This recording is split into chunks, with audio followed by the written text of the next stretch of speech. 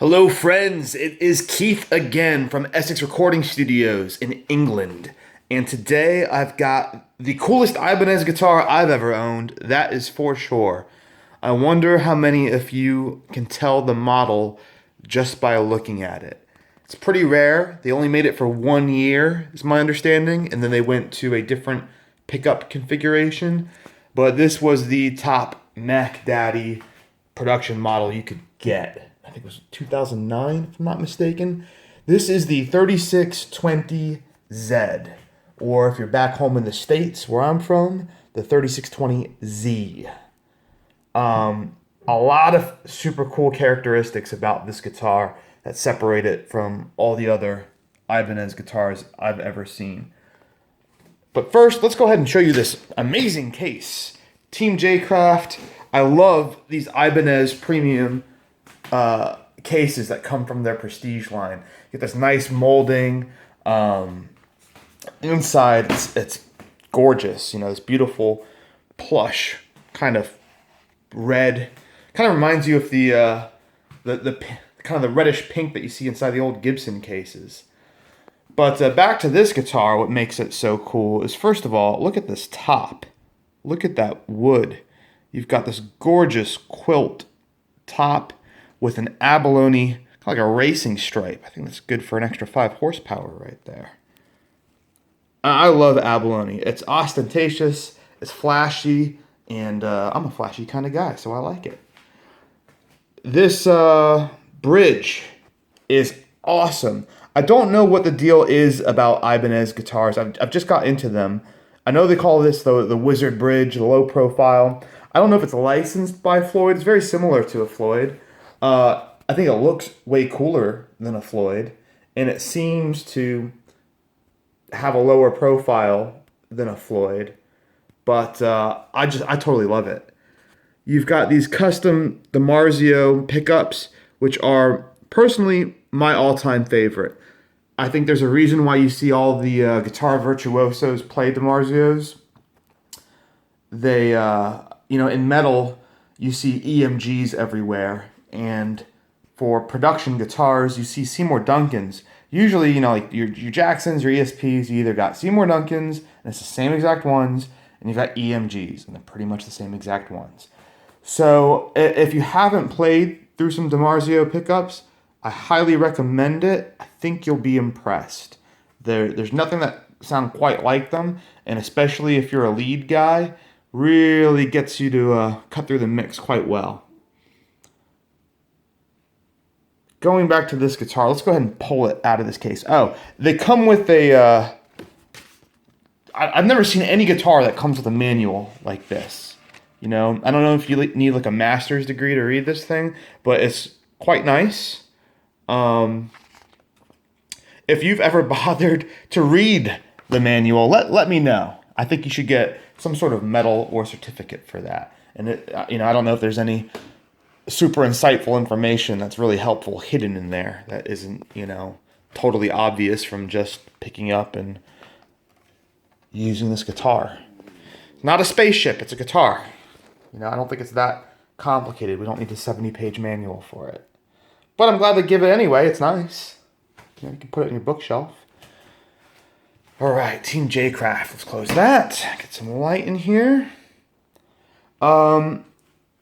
So just like the really nice kind of like Paul Reed Smith tops, you get the kind of like the unfinished edge of the cap. I'm trying to focus in there a little bit.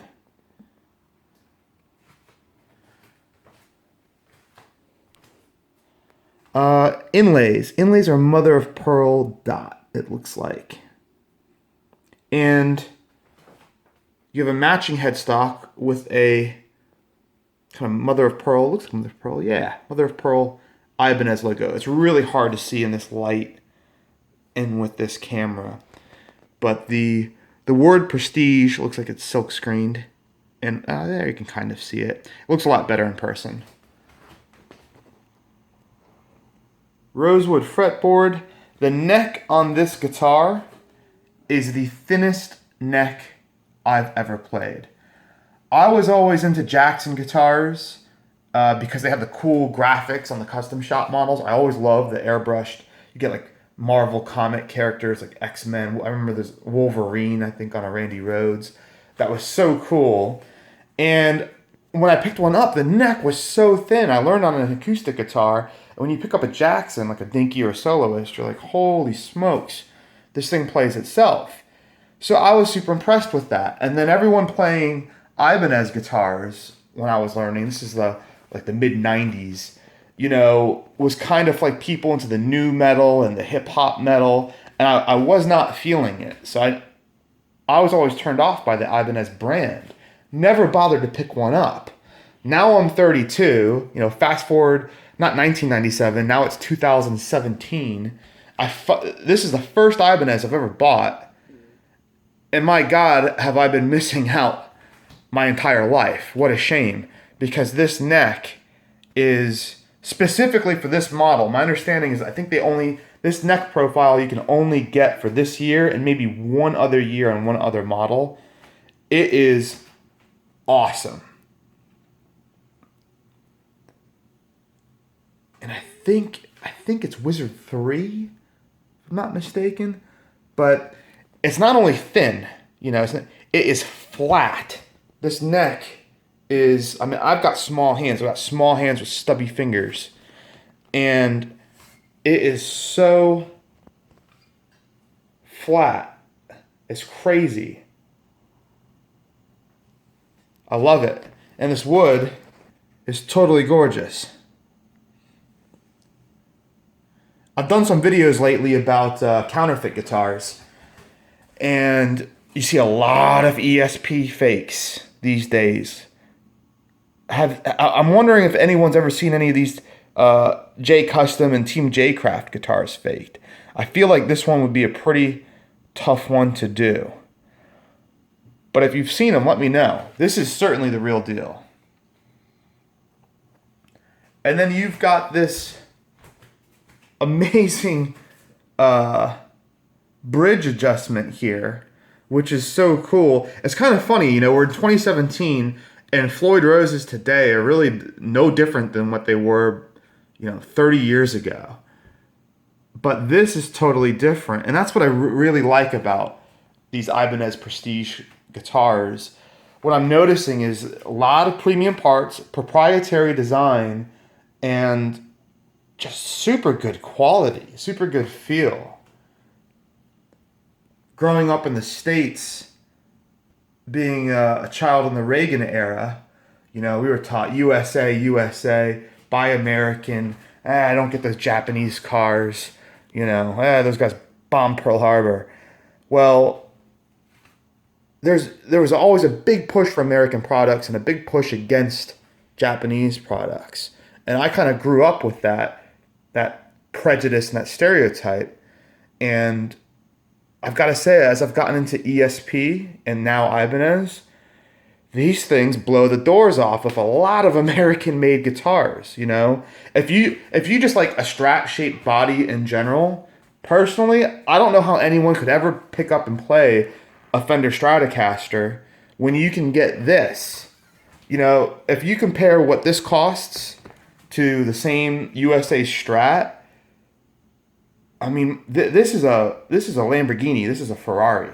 It is super fast, very versatile, amazing pickups, just killer bridge. You can do so much with this. You can go 200 miles an hour with this guitar. And it looks killer. You don't see tops like this on, you know, any Fender. But that's just my opinion. You know what they say about opinions.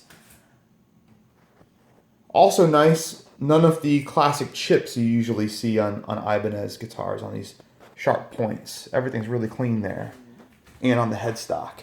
I've actually got a guy driving from 3 hours away to pick up this bad boy, which is why I'm rushing to do this video, because I haven't gotten around to it, and I'm not going to have this guitar anymore pretty soon here.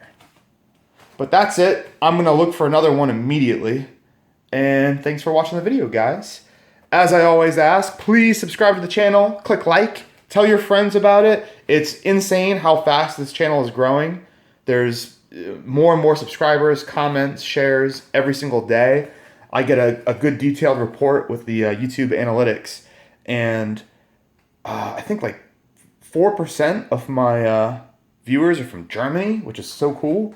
I need to learn some German so I can say hi to you guys in your own language. But I love it. Keep the views coming. And follow us on all our other social media.